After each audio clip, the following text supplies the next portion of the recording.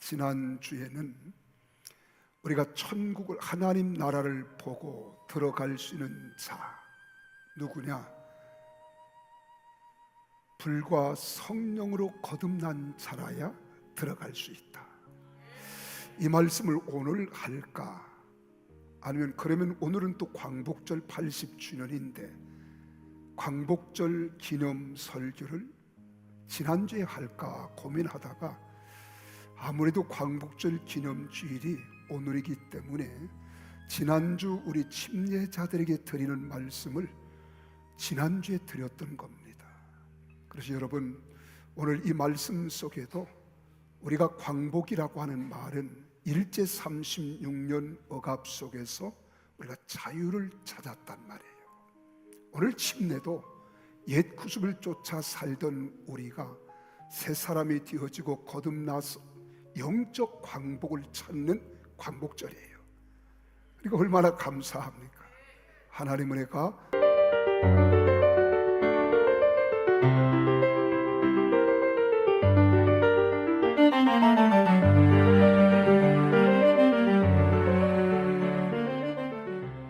안녕하세요. 오늘 저희가 함께 살펴볼 자료는요, 2025년 8월 10일 평택 순복음교회 주일 예배 영상과 관련 내용들입니다.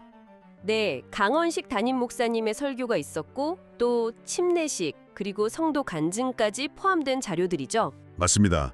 그날이 마침 침례식이랑 광복 80주년 기념주일이 겹쳤더라고요. 그래서 오늘은 이 설교가 어떻게 개인의 신앙적 새 출발, 그러니까 침례를 통한 영적 광복하고요. 아, 영적 광복이요? 네, 그리고 민족의 역사적 기억, 특히 광복 80주년을 맞아 과거 고난을 되새기는 걸 연결하는지 여기에 좀 초점을 맞춰보려고 합니다. 그 연결 지점이 상당히 흥미롭습니다. 왜냐면 침례라는 건 지극히 개인적인 신앙 행위잖아요. 그렇죠. 근데 이게 광복절이라는 국가적 기념일, 그리고 상당히 구체적인 역사 해석이나 현실 진단하고 아주 강하게 엮여서 나타난다는 거죠. 네, 그 점이 좀 독특했어요. 그럼 먼저 개인의 영적 새로움, 그 침례 부분부터 좀 볼까요? 설교에서는 침례를 옛사람을 벗고 새사람을 입는 회심의 표지다 이렇게 정의하더라고요. 네, 일종의 영적 광복이라고도 표현했죠. 죄로부터의 자유. 맞아요. 성경 구절 이전 것은 지나갔으니 보라 새 것이 되었도다 이걸 인용하면서 단순한 예식이 아니라 정말 회개와 믿음의 공적인 선언임을 분명히 했고요. 침례받는 분들이 이제 성경 읽기, 기도, 봉사 이런 데 헌신하겠다 이렇게 서약하는 모습도 나왔었죠. 네.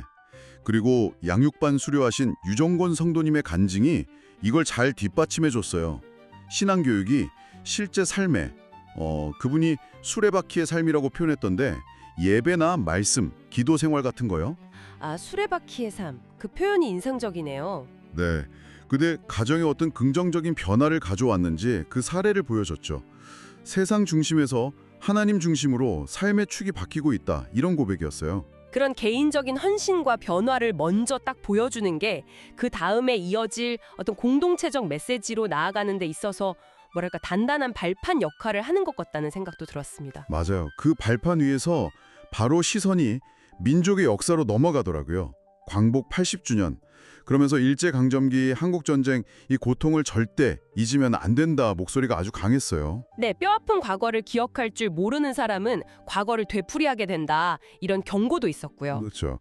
역사를 잊는 게 지금의 어떤 이념 갈등이나 위기에 대한 경각심마저 무디게 만든다. 이런 지적도 했고요. 특히 설교자가 제시하는 역사 해석 중에는 기존의 어떤 통념과는 좀 다른 시각들이 있어서 좀 눈길을 끌었습니다. 아, 어떤 부분 말씀이시죠? 예를 들면 그 서대문 독립문 있잖아요.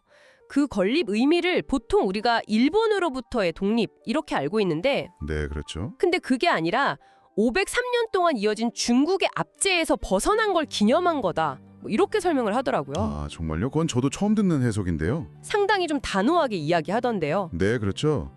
이런 해석이 듣는 사람들에게는 익숙했던 역사관에 좀 질문을 던지면서 설교 메시지에 더 귀 기울이게 만드는 효과가 있을 수도 있겠다 싶었어요. 그러네요. 그리고 중국과 일본의 역사적 영향력을 비교하기도 하고 또 특정 전직 대통령들의 대북 정책, 낮은 단계 연방제 이런 걸 아주 강하게 비판하기도 했고요. 설교가 단순히 과거 회고에 머무는 게 아니라 현재의 어떤 정치적 상황에 대해서도 꽤 분명한 입장을 드러내려는 의도가 있어 보이죠. 네, 결국 이 모든 개인적인 체험, 또 국가적인 역사 해석이 역사의 주권자는 하나님이시다. 이 신앙 고백으로 모아지는 것 같았습니다. 그렇죠. 출애굽 사건처럼 우리나라 광복도 하나님의 주권적인 계획 안에 있었다 이렇게 설명하면서 아모스 3장 7절 말씀도 인용했죠. 하나님은 자기 비밀을 그 종 선지자들에게 보이지 않고는 결코 행하심이 없다는 구절이요. 아, 네. 그래서 광복절을 기념해야 하는 이유로 4가지를 들었죠. 첫째는 하나님의 은혜에 대한 감사. 둘째는 고난의 역사 기억. 셋째는 더 나은 나라 건설 의지. 마지막은 하나님 경외. 네, 명확하게 제시했죠. 여기서 더 나아가서 현재 한국 사회의 여러 문제들, 예를 들어 부정선거 의혹 제기라든가 노란봉투법 비판, 또 기업들의 해외 이전 문제 같은 것들을 언급하면서 이걸 영적인 싸움으로 보더라고요. 영적 싸움으로 규정하는군요. 네, 공산주의나 특정 정치 세력, 종북 주사파 이런 표현도 직접 쓰면서 강한 경계심을 보였고, 그러면서 단순한 기도를 넘어서 행동해야 한다고 강조했어요. 행동 촉구요. 네, 출애굽기에 나오는 모세야 너는 어찌하여 내게 부르짖느냐, 앞으로 행동할 때 이 구절을 인용하면서요. 결국 예수한국 자유통일이라는 비전을 제시하면서 그리스도인들이 깨어나서 적극적인 역할을 해야 한다 이렇게 메시지가 마무리되는군요. 네, 그렇습니다. 요약하자면 이 자료들은 개인의 영적 갱신, 그러니까 침례라는 미시적인 차원하고 또 민족의 역사나 현재 정치 상황에 대한 거시적인 해석을 하나님의 주권이라는 신앙적 틀 안에서 이렇게 딱 통합하려고 시도하는 걸 보여주는 것 같아요. 네, 그리고 그걸 바탕으로 아주 구체적인 행동까지 촉구하는 상당히 강한 메시지를 전달하고 있죠. 맞습니다. 이렇게 개인의 신앙적 결단하고 민족의 역사, 또 현재 정치 이슈까지 하나로 엮어내는 방식이 여러분께는 어떻게 다가오시는지 궁금하네요. 개인의 믿음이 공동체의 역사적 책임이나 또 현재 사회 참여 요구와 만날 때 어떤 생각들을 하게 되시는지요? 오늘 살펴본 내용은요.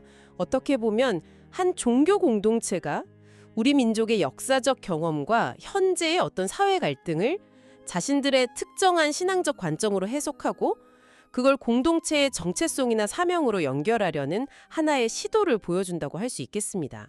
네, 종교적 신념이 역사 해석이나 현실 정치와 깊이 만날 때 그것이 개인과 사회에 던지는 의미는 무엇일지 한 번쯤 생각해 볼 만한 지점이 아닌가 싶습니다.